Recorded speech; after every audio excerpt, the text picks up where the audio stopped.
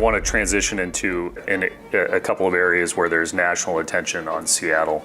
You had weighed in on January 1st, the day before the official swearing in, about some of the things going on outside Somali-run daycare centers. Along those lines, have you asked anyone to follow up on the fraud claims, either to the Department of Immigrant and Refugee Affairs or SPD? No, this whole issue is not really about fraud, right? It's about dividing and conquering. It's about making an immigrant community a target, right? My decoy and I went to Aisha Home Childcare in Kent, Washington, and she got inside. If this could potentially be a legitimate daycare business, why is the government giving them so much money, even if they were a legitimate daycare business? I mean, just look at the first figure. $268,460 since July of 2025. If we're being generous, for 2 kids, that's $22,371 per child.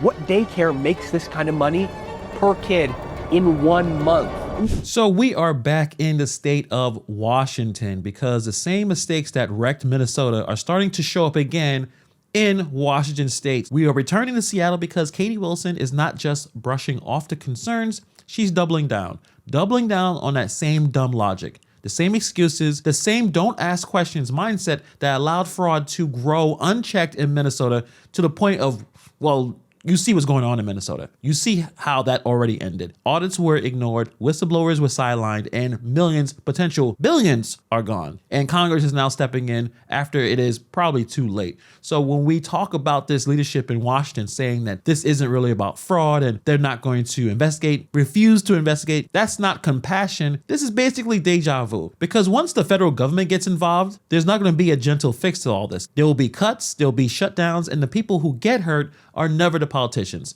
So we're gonna watch this news story because it kind of symbolizes the fact that this is going to be the same issue that's going to happen in Washington that already happened in Minnesota. Let's get into it. Developing right now, the Office of the Washington State Auditor says it is finalizing Developing right now, the Office of the Washington State Auditor says it is finalizing an audit of the program that provides federal and state funds to subsidize childcare in Washington. Good evening. I'm Molly Shen. And I'm Preston Phillips. This is part of an annual statewide audit that's scheduled for release in 3 months. The audit covers the Child Care and Development Fund, a $770 million program that's managed by the Department of Children, Youth, and Families. It makes payments to around 7,400 child care providers in Washington.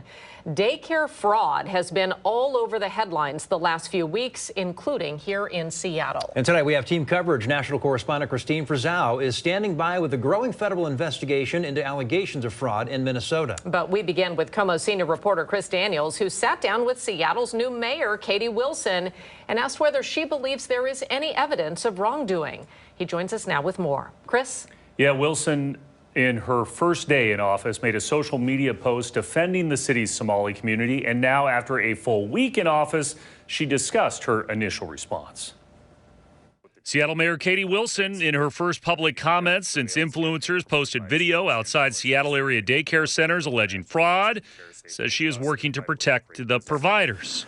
What have you done in those regards? Yeah, so we're working on that. So we have conversations going on with the departments. And yeah, it's just, I don't think it needs to be explained why it's problematic to have random people showing up to daycares. And the thing that you can tell that Katie Wilson is not going to be a great mayor. She's only been there a week. How does she know about the extent of the fraud, if there's fraud or not? You don't know. You have no idea. You saw people who were dark-skinned, I guess you're saying being harassed, and you want to say something to make it look good for the people that support you, your base. That's an ineffective leader.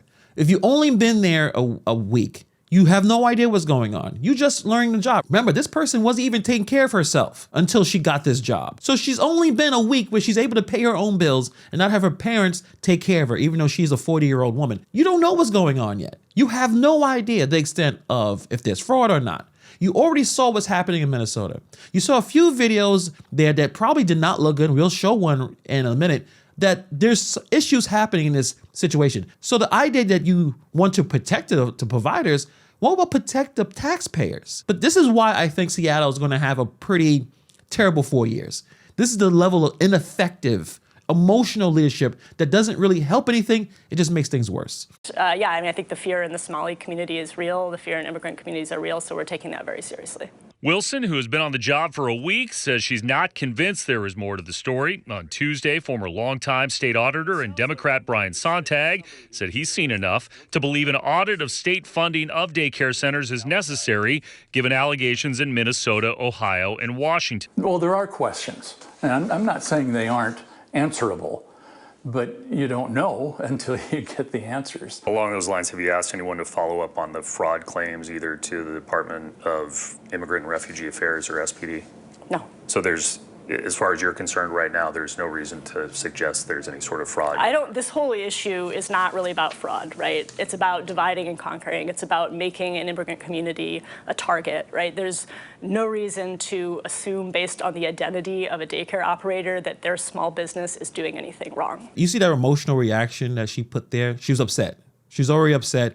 And that's usually what happens when you have someone who is emotional instead of logical. They don't usually come up with the best answers and the best explanations. So when a mayor says this isn't really about fraud, before any investigation, they're not being cautious. They're being dismissive. And that's what bothers me. And that's what bothers a lot of people. No one said the fraud definitely happened. No one said that every daycare did something wrong. All people are asking for is to look and audit, looking at the paperwork, looking at the receipts, looking at the numbers. That is not an accusation. That is just basic adult responsibility. And the wild part about all this is if there's no fraud, an audit actually protects honest daycare workers. It clears their names. It shuts everyone up. But when leadership even refuses to check, now people will start asking worse questions. This is where optics takes over reality. Katie Wilson is framing this as some kind of moral issue instead of a management issue.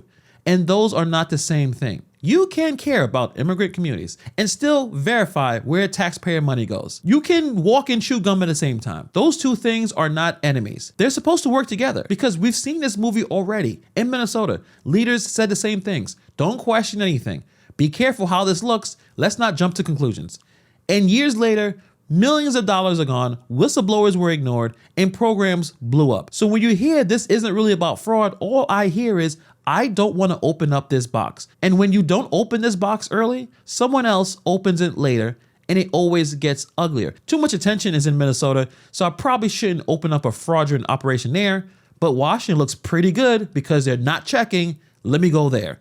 That becomes the next tourism for fraud. And of course it would be a tourism of fraud. She just said it. I'm not going to direct anyone to investigate this further. So this is inaction. This helps people. If you're currently doing fraud in Washington, you're good to go. You don't have to worry about it. My decoy and I went to Aisha Home Childcare in Kent, Washington, and she got inside. A corresponding page for Aisha Home Childcare on the state expenditure website indicates that this place has raked in $753,053 since 2022. We matched the address on the business card given to us with records for an Aisha Home Childcare on the Department of Children, Youth, and Families website for Washington State. The DCYF indicates that this place only serves 2 children. Their licensed capacity is 12, and they have 10 available slots, reflecting that this place only babysits 2 kids. But they're raking in $753,000? Even if this was, let's assume for a second, a legitimate daycare business that's only serving 2 children, there is no world where the government should be giving almost $1 million or $750,000 in subsidies to this place. On the inside, my decoy did see children. If this could potentially be a legitimate daycare business, why is the government giving them so much money, even if they were a legitimate daycare business? I mean, just look at the first figure. $268,460 since July of 2025. If we're being generous for 2 kids, that's $22,371 per child. What daycare makes this kind of money per kid in 1 month? And if you are a mayor of a major city, inaction is a decision. This isn't a random situation here. This is a state auditor reviewing a $770 million program that is public taxpayer money. It's federal money. It's everybody's money. This is where I don't believe that Katie Wilson is going to be a responsible leader, because it doesn't look like this. Responsible leadership looks like you don't panic, You don't accuse, but you verify. Instead, what we're seeing here is the fear of backlash, the fear of headlines, the fear of being called names. And again, we already saw how this ends. Tim Walz didn't aggressively act early either. Warnings were sat on desk, whistleblowers were brushed off, people were told to stop asking questions. Then you see what's going on now with Congress hearings, national embarrassment, the man just lost his entire political career, and funding cuts that hurt the very people these leaders claim to protect. That is really sad irony. When you ignore possible fraud to protect the community's image, you actually put the community at more risk later. Because once the fraud becomes undeniable, Washington doesn't negotiate. They cut checks, they cut programs. Sontag said these are investigations that can take months or years. Wilson again saying she has not directed anyone on this particular matter in her first week to investigate further. Chris, did the mayor say anything about working with the federal government? Yeah, especially today when there's so much discussion about ICE and what we've seen in Minnesota. I did ask her about that. I asked whether she has reached out to President Trump. She said, in fact, that she has done that. She's waiting to hear back. Okay, thank you, Chris.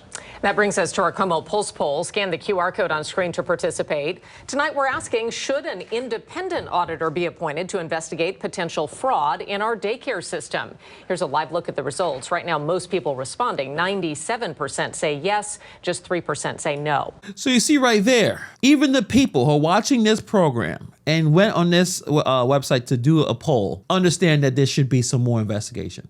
So you can tell she's going to start to lose these people because she doesn't know what she's talking about. She said, oh, there's no reason to assume based on the identity of daycare operator that their small business is doing anything wrong. That is classic bait and switch. Nobody said identity equals guilt. Literally no one. That's the trick here. They took a question about money and turned it into a question about morality. And once you do that, real oversight dies. Let me say this clearly. Audits do not assume guilt. Audits assume nothing. They exist because systems are failing. People cheat. Some people lie on paperwork, and incentives matter. That's why audits exist in every serious organization on earth. When a mayor frames scrutiny as an attack on identity, it shuts down discussions. It freezes action, and it sends a message, please don't ask questions, and that's what really hurts these communities. And that's why the AG had their strong words to say about, I guess, influencers or independent journalists, which is always a problem if you see a government trying to stop independent reporting. Now, Washington Attorney General Nick Brown says daycares run by Somalis in Washington are being harassed. Brown says the daycares are being targeted by, quote, unsubstantiated claims of fraud. He says, quote, showing up on someone's porch, threatening or harassing them isn't an investigation. Neither is filming minors who may be in the home. This is unsafe and potentially dangerous behavior. This all stems from allegations of fraud at Somali-run daycares in Minnesota. The Trump administration froze all childcare funds to the state in response. Take a look at that. That's a problem because they're really attacking the messengers instead of answering the claims. They're just saying, well, these are influencers, it's viral videos, it's just social media. The problem is the questions never came from YouTube or X. They came from auditors. They came from whistleblowers. They came from other states where fraud was proven in court. There's people in jail right now due to this situation. So pointing at influencers is always a distraction. They could talk about Nick Shirley, could talk about other people. And also, you can't criticize his style, you can criticize his methods, but videos didn't trigger Congress hearings. The evidence did. If leadership acted early, if the audits were apparent, if concerns were addressed head on, those videos wouldn't have gone nowhere. When you have this type of silence, it creates a vacuum, and the vacuum creates speculation, and then the speculation creates the outrage. So here we are right now. Transparency is not racism. Audits are not attacks, and asking questions is not hate. If everything is clean, an audit should prove it. If something isn't, ignoring it just makes it worse. This is not even ideology, it's just reality. And seeing how Katie Wilson is going to run things, it's just going to be more problems for the state of Seattle. And unfortunately, they voted for the problems. So it is what it is. But let me know what you guys think about this story in the comments below. Thank you for taking time to watch this video, and I'll see you guys in the next video.